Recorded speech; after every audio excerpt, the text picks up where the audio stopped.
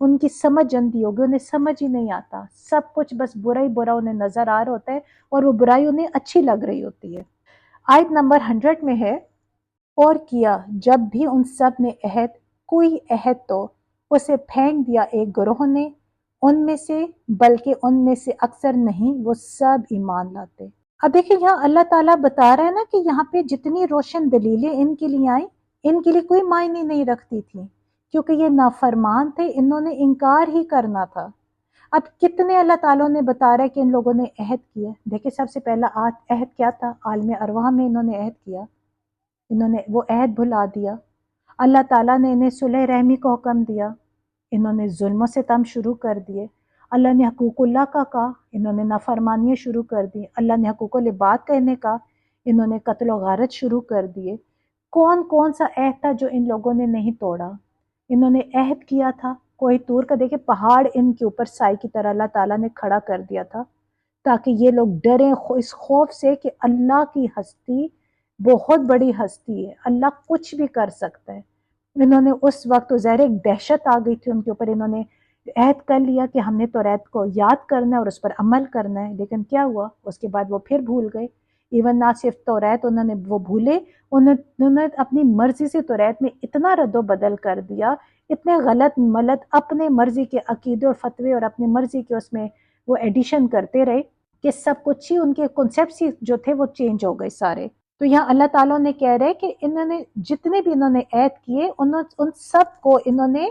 سمجھے کہ انہوں نے پھینک دیا، بھول گئے، اگنور کر دیا سب عہد کو۔ ان میں سے یہ وہ لوگ ہیں جو ایمان لاتے ہی نہیں ہیں، لانا ہی نہیں چاہتے۔ اب آیت نمبر 101 میں ہے،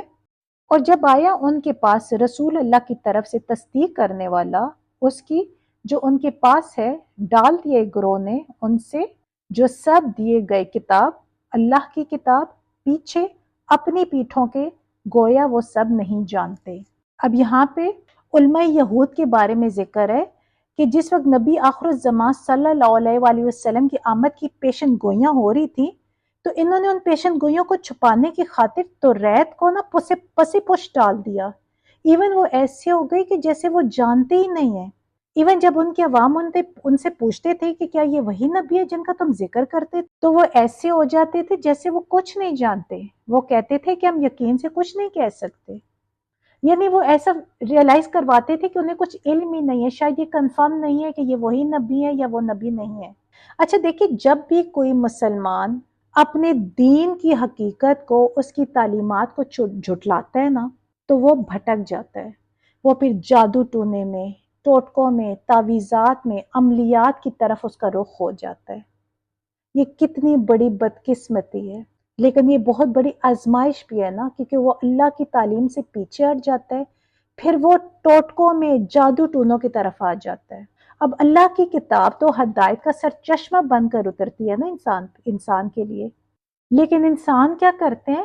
اپنی دنیاوی خواہشات کا نا اس کتاب کو ذریعہ بنا دیتے ہیں،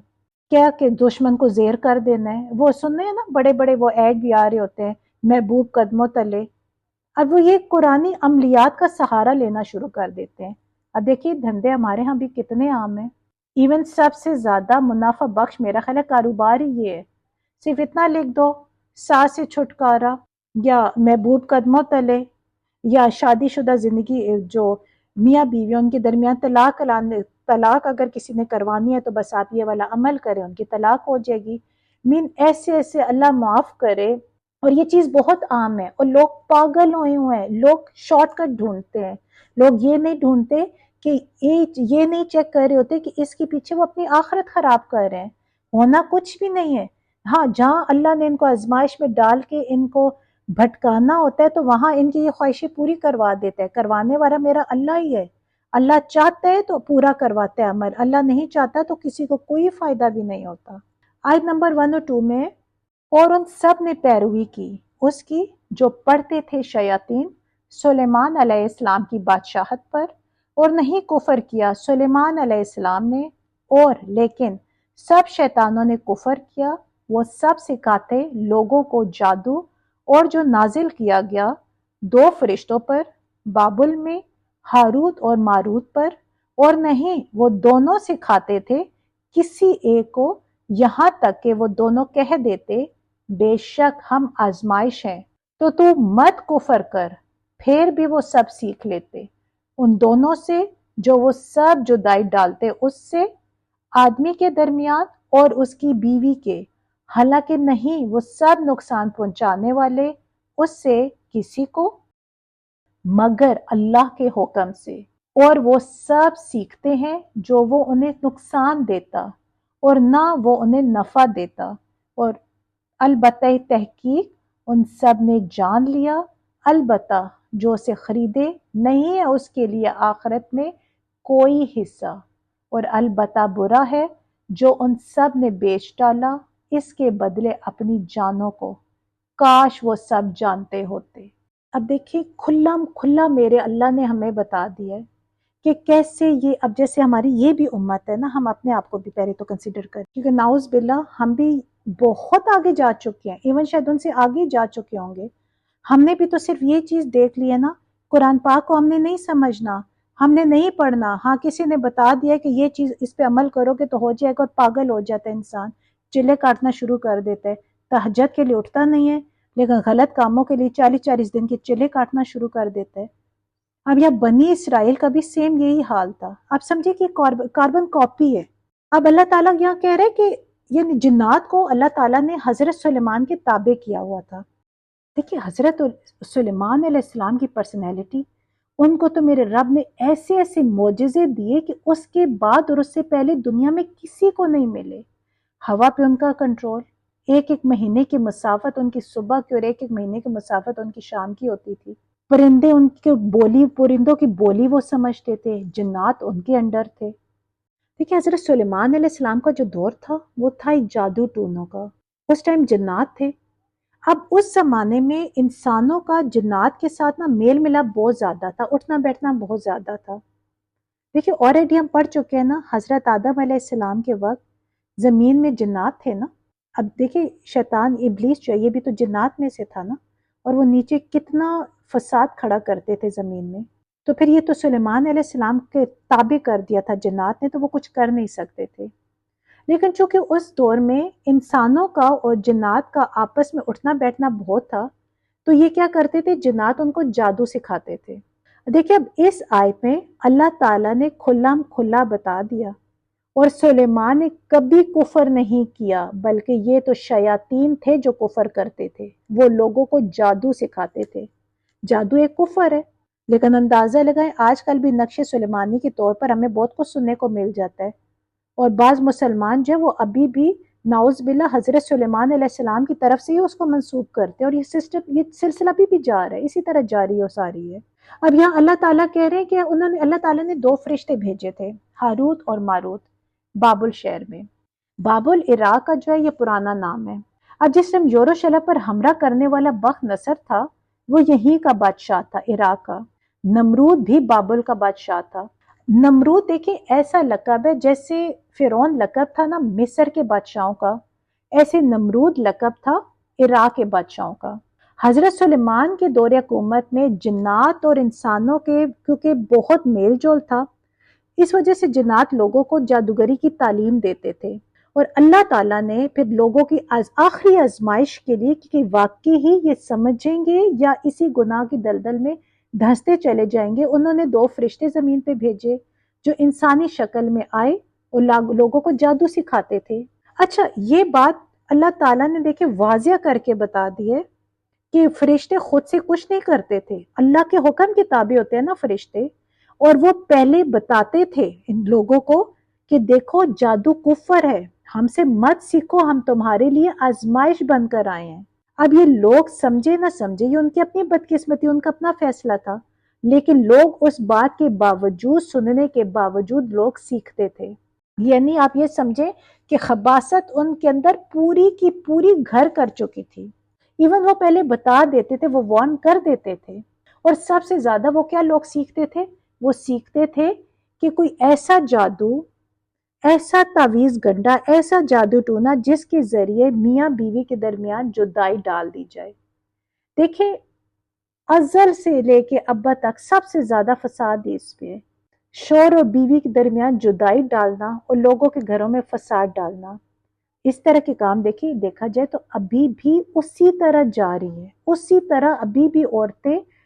بہت بزی رہتی ہیں اس کام میں، اس ایکٹیویٹی میں کہ بس کسی طرح اس گھر کو ہم نے برباد کرنا ہے، اس میاں بیوی کے درمیان ہم نے درار ڈالنی ہے۔ اب کیا تعویذ لوگ کروا رہے ہیں،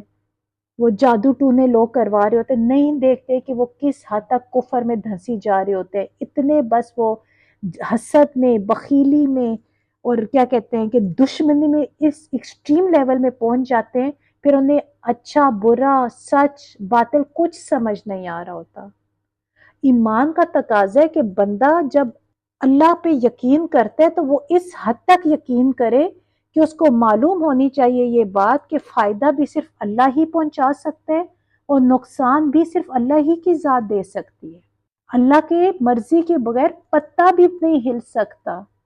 ایک پرندہ پر نہیں مار سکتا۔ دیکھیں جادو کا اثر بھی تب بھی ہوگا نا جب میرا رب چاہے گا، لیکن لوگ کیا کرتے ہیں، شارٹ کٹ ڈھونڈتے ہیں، اللہ کو ایک طرف رکھ کے اور بس وہ کہتے ہیں کہ بس ہم نے یہ کر دیا اور بس ہم اپنے کام میں ہمارے مقصد پورا ہو جائے گا، ہم کامیاب ہو گئے۔ حالانکہ وہ یہ نہیں سمجھتے کہ یہ لوگ اپنے ساتھ اتنا ظلم کر رہے ہیں کہ جس نے یہ جادو سیکھا یا جو یہ غلط حرکات میں پڑ گیا اس کا آخرت میں کوئی حصہ بھی نہیں ہے۔ اللہ نے کھلا کہہ دیا کہ یہ بہت ہی بری چیز ہے جس کے بدلے انہوں نے اپنے آپ کو فروخت کر دیا ہے، کاش انہیں اس چیز کا علم ہوتا۔ لیکن مسئلہ یہ ہے کہ وہ علم لینا ہی نہیں چاہتے تھے۔ اب دیکھیں فرشتے ہاروت ماروت انہیں کھلا بتا دیتے تھے نا، یہ کفر ہے، مت کرو، ہم تمہارے لیے آزمائش بن کر آئے ہیں، اب اس سے بڑی اور کیا بات ہوتی، لیکن انہوں نے کفر کیا، سب کچھ کیا۔ اور یہاں پہ آپ غور کریں، میرے رب نے خود ہی بتا دیا کہ وہ لوگ کہتے تھے نا، لوگوں کی مس انڈرسٹینڈنگز تھی، لوگ کہتے تھے کہ حضرت سلیمان علیہ السلام جو ہیں وہ جادو ٹونا کرتے تھے، دیکھیں اتنی پاورز ان کے پاس کیسے آ گئی، وہ جادو ٹونے کے ذریعے ہی کرتے تھے۔ یہاں میرے رب نے کلیئر کٹ یہ بات بتا دیا کہ سلیمان علیہ السلام نے کبھی کفر نہیں کیا، بلکہ یہ تو وہ شیاطین تھے جو یہ کفر کرتے تھے۔ ایون حضرت سلیمان علیہ السلام نے، دیکھیں بنی اسرائیل میں جادو سیکھنے میں ظاہر وہ لوگ سارے بزی تو ہو گئے تھے، تو حضرت سلیمان علیہ السلام نے وہ تمام کتابیں جو جادو تعویذ گھنڈوں اور ان سے بھری ہوئی تھی انہیں لے کر انہوں نے اپنی کرسی کے نیچے دفن کر دی تھی۔ حضرت سلیمان کی جس ٹائم وفات ہوئی تھی اس ٹائم شیاطین نے وہ کتابیں نکالی اور انہوں نے لوگوں سے کیا کہا کہ حضرت سلیمان علیہ السلام اسی کے زور سے سلطنت کرتے تھے۔ اب دیکھیں یہاں انہوں نے پھر شیطانیت کی، انہوں نے لوگوں کو ورغلایا۔ اب جو نیک لوگ تھے نا اور جو علماء صحیح معنوں پہ علماء تھے انہوں نے اس کا انکار کر دیا، وہ سمجھتے تھے کہ یہ بات غلط ہے، لیکن بہت سے جاہل لوگ ایسے تھے انہوں نے جادو کو حضرت سلیمان علیہ السلام کا علم مان کر اور پاگل ہو گئے اس کو سیکھنے کے لیے، ٹوٹ پڑے، انہوں نے انبیاء کرام کی تمام کتابیں چھوڑ دی۔ پھر ہمارے آقا محمد صلی اللہ علیہ وآلہ وسلم کی ایون زمانے تک یہی حال رہا۔ پھر اللہ تعالیٰ نے محمد صلی اللہ علیہ وآلہ وسلم کے ذریعے حضرت سلیمان علیہ السلام کی جادو سے برات کا اظہار فرمایا ہے۔ انہوں نے کہلوایا کہ یہ بات غلط ہے، یہ غلط منسوب کی گئی، تب وہ شیاطین کا کام تھا، انہوں نے یہ سارا کام کیا اور انہوں نے لوگوں کے ذہنوں میں غلط باتیں ڈالی تھی۔ حضرت سلیمان علیہ السلام تو انہیں منع کرتے تھے، ایون اس حد تک منع کیا تھا کہ انہوں نے ان کی سب کتابیں لے کے دفن کر دی تھی۔ دیکھیے یہ میرے اللہ کی سنت رہی ہے کہ جب بھی پیغمبروں پر کوئی بھی الزام لگائے تو اللہ تعالیٰ نے اس الزام کو دور کروایا ہے، یہ میرے رب کی سنت ہے۔ اچھا دیکھیے اسرائیلی روایتوں میں بہت غلط ملت واقعات آئے ہیں ہاروت اور ماروت فرشتوں کے بارے میں، کہ وہ آئے تو کوئی عورت کا معاملہ ہو گئے، وہ ڈگمگا گئے تو پتہ نہیں وہ کہاں لٹکے ہوئے کنویں میں، کس طرح، یہ سب من گھڑت کہانیاں اسرائیلی روایتوں میں ملتی ہیں اور لوگ اس کو دنیا میں آپ سمجھے کہ وائرل کر رہے ہیں، یہ سب غلط قصے ہیں، کوئی اس میں سچائی نہیں ہے۔ سچائی یہی ہے کہ ہاروت اور ماروت علیہ السلام، ہاروت اور ماروت جو فرشتے تھے انہیں اللہ تعالیٰ نے آزمائش بنا کر بھیجا تھا، لیکن وہ انہیں وارن کرتے تھے، یہ بھی صرف اللہ کے حکم سے، کیونکہ قرآن پاک میں کھلا بتا دیا گیا فرشتے اللہ کے حکم کے بغیر کچھ بھی نہیں کرتے۔ اللہ نے انسان کو اور جنات کو اختیار دیا کہ وہ کچھ سوچے سمجھے اور اپنا اچھا برا فیصلہ کر سکتا ہے، فرشتے صرف اللہ کے حکم کے تابع ہوتے ہیں۔ اب آیت نمبر 103 میں ہے، اور اگر بے شک وہ سب ایمان لاتے اور وہ سب پرہیزگار بن جاتے، البتہ وہ ثواب جو اللہ کی طرف سے ملتا ہے بہتر ہے کاش وہ سب جانتے ہوتے۔ اب دیکھیں اللہ تعالیٰ ان کی برائیاں بتا رہے ہیں، اور ساتھ ساتھ پھر اللہ تعالیٰ یہ بھی کہہ رہے ہیں کہ اگر یہ یہودی کتنے بدقسمت ہیں، اگر یہ محمد صلی اللہ علیہ وآلہ وسلم پر اور قرآن پر اگر ایمان لے آتے تو اللہ کے ہاں ان کے لیے بہت کچھ ہوتا، اتنا ثواب ہوتا، کیونکہ آخرت کی چھوٹی سے چھوٹی نعمت جو ہے نا، وہ بھی دنیا کی بڑی سے بڑی نعمت سے بہت اعلیٰ درجے پر ہے۔ لیکن یہ بدقسمت ہیں کہ انہوں نے اپنی آخرت کی جو سمجھے فور ایور ان کے لیے جو نعمتیں تھیں، جو جنت تھی جو کبھی ختم نہیں ہونے والی تھی، اس کو جھٹلا کر انہوں نے دنیا کی بالکل ہی جو ٹیمپرری لائف ہے، جو کچھ عرصے بعد ان کے لیے ختم ہو جانی ہے، کتنا عرصہ یہ جئیں گے، لیکن ان لوگوں کو اس کا علم نہیں ہے، اور یہ بہت برا اپنا سودا کر رہے ہیں، بہت گھاٹے کا سودا کر رہے ہیں یہ۔ اب اللہ تعالیٰ جہاں جہاں اپنے عذاب کا ذکر کرتا ہے،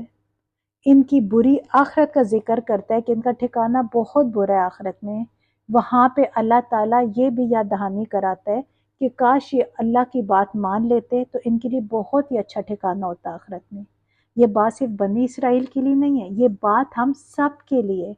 کہ ہم ابھی بھی سدھر جائیں۔ اگر ہم اپنی زندگی میں قرآن پاک کو کھول لیں گے اور ان کو سمجھنا شروع کر دیں گے تو اندازہ ہو جائے گا کہ ہم کہاں کہاں ڈگمگائے ہوئے ہیں۔ ہم جانے انجانے میں، چاہتے ہوئے نہ چاہتے ہوئے، ہم انہی یہودیوں کو فالو کر رہے ہیں، انہی کی طور طریقے سے اٹھنا بیٹھنا۔ آپ اب اندازہ لگائیں، شرم آ جاتی ہے۔ اب اسلام میں کتا کیوں رکھنے کی اجازت ہے؟ دیکھا جائے تو حفاظت کی خاطر اللہ نے ایک حد بتائی ہے نا، کہ وجہ یہ ہونی چاہیے، کیونکہ اللہ تو دلوں کے حال جانتا ہے نا۔ لیکن لوگوں نے کیا کیا ہوا ہے؟ لوگوں نے ان لوگوں کے طور طریقے دیکھے، لوگوں نے کتوں کو گھر میں اپنے بیڈوں پہ سلانا شروع کر دیے، ایون یعنی اپنی اولاد پیچھے رہ گئی ہے، جانوروں سے یہ محبت کر کے اور ویڈیوز ڈال رہے ہوتے ہیں اور دنیا کو دکھا رہے ہوتے ہیں۔ اور بہت سے دیکھے پہ دنیا ایسی ہے جنہیں اتنا علم نہیں ہے، وہ یہ دیکھ کے ان سے امپریس ہوتے ہیں، پھر وہ بھی وہی والا طریقہ فالو کرنے کی کوشش کرتے ہیں۔ اب دیکھیں کوئی ایک انسان بھی غلط کام کرے اور اسے فالو کر کے کوئی دوسرا غلط کام کرے گا تو جب تک یہ سلسلہ جاری رہے گا تو یقین کرے وہ انسان جسے دیکھ کے کام شروع ہوگا اس کو ہر دفعہ کا گناہ میں وہ بندہ شامل ہوگا۔ یہ تو ایک بہت چھوٹی سی مثال ہے، اس کے علاوہ بھی آپ دیکھ لیں کیا کچھ نہیں ہو رہا، کھلے عام ہو رہا ہے، کوئی شرمندگی کا احساس کسی کو نہیں ہوتا، ایون وہ ایسا گناہ کر کے احساس برتری فیل کر رہے ہوتے ہیں، اور جو منع کرتا ہے اس کو وہ کسی دنیا کے ایک عجیب ہی مخلوق کنسیڈر کرتے ہیں کہ یہ کون آ گیا اس زمانے میں۔ وہ یہ نہیں سمجھتے کہ وہی لوگ ہیں جو صحیح معنوں پہ ماڈرن ہے، کیونکہ اسلام جو ماڈرن ٹچ دنیا کو دیا ہے نا لوگوں نے، اللہ نے انسانوں کو اور عورتوں کو، وہ اسلام ہی نہیں دیا۔ اس سے پہلے تو بے حرمتیاں تھی عورتوں کی، ننگیاں، وہی ساری حرکات، وہی ناچ گانے ان سے کروائے جاتے تھے، وہی غلط کاموں کے لیے استعمال ہوتی تھی، اور ابھی بھی دیکھیں وہی والی چیز ہے۔ بس فرق صرف اتنا، اس ٹائم لوگ کہتے تھے کہ ان پر ظلم ہو رہا ہے، اور اب لوگ کہتے ہیں کہ اس کو یہ ماڈرنزم ہے۔ اب یہ ماڈرن لوگوں کی نشانی ہے۔ اللہ تعالیٰ ہم سب کو ان گناہ سے بچائے اور ہمیں نیکی کے ہدایت پہ چلنے کی توفیق دے، تاکہ ہم اپنے لیے اور اپنی اولاد کے لیے آخرت اچھی کر سکیں۔ السلام علیکم ورحمۃ اللہ وبرکاتہ۔